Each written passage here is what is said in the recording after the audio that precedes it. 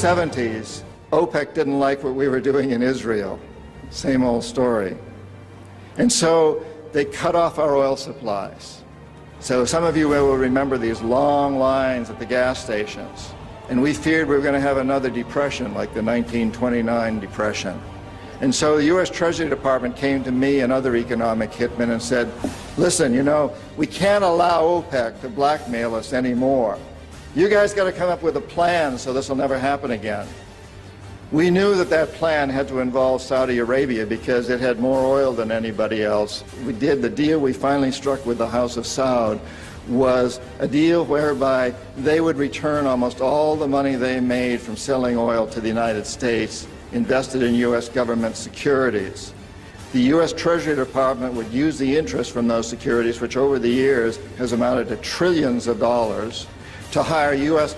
companies to westernize Saudi Arabia, build petrochemical complexes, desalinization plants, whole cities out of the desert, McDonald's and all the other things that go along with our Western culture. The House of Saud would also agree to keep the price of oil within limits acceptable to the oil companies, possibly not acceptable to you and me, but acceptable to the oil companies. And this is very, very important. They agree that they would never, ever sell oil for anything other than U.S. dollars. It was an amazing deal, the deal of the century. It was history-making, incredibly powerful deal that we struck with Saudi Arabia.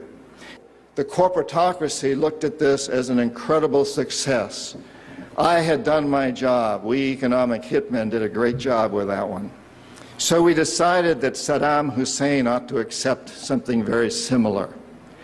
Now, probably a lot of you know that Saddam has been our boy for a very, very long time.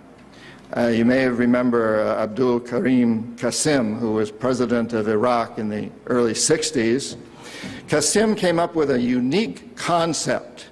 He said, Iraqi oil ought to go to benefit the Iraqi people.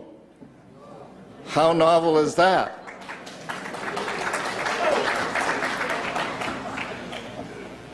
But we didn't like that very much.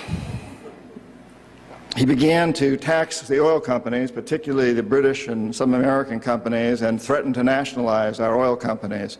And so we decided that Qasim had to go. The CIA sent an assassination team.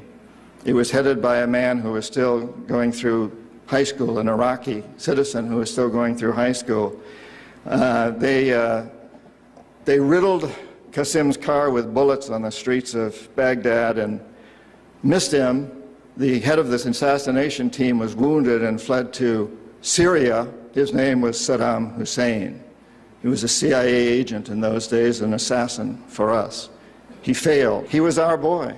He was our man. And so, and we sold him a lot of, and gave him a lot of tanks. We built him, Bechtel built him big chemical, I ought to know, my father-in-law was chief architect at Bechtel, built Saddam big chemical plants that were used, and we knew that they were used to make mustard gas and other chemical weapons that were being employed against the Kurds and later the Iranians. We knew this, but we sold him these things. You have to remember that Middle Eastern oil is the oil that's used by a great deal of Europe and China and Japan. If we control Middle Eastern oil, we control our biggest potential competitors, Japan, China, Europe. So it's very important that we do that.